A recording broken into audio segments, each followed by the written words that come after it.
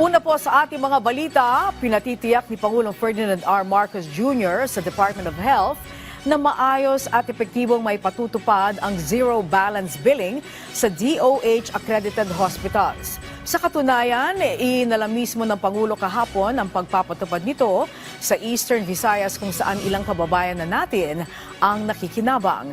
Si Clazel Pardilla sa sentro ng balita. 3 linggo nang nakaratay sa ospital ang ama ni Rica. Problemado sila sa higit 400,000 hospital bill ng ama sa Eastern Visayas Medical Center sa Tacloban City. Pero may bayad na Bilmo program. Polisiya ito sa ilalim ng Universal Healthcare Law na nagsasabing wala nang dapat bayaran ang mga pasyenteng nako-confine sa mga pampublikong ospital. Mismong si Pangulong Ferdinand R. Marcos Jr. ang sumama kay Rica para tiyakin na naipatutupad ang zero balance billing sa ospital. Hindi namin kaya bayaran po.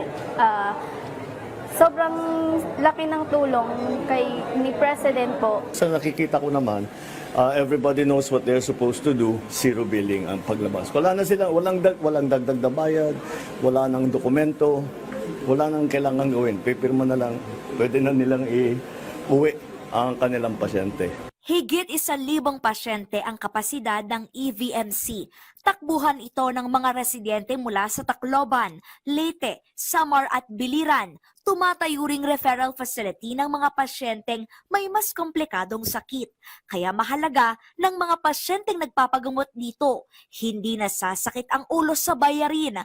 Focus na lang sa pagpapagaling. We just have to make sure na lahat ng ospital sa buong Pilipinas, alam nila ang procedure.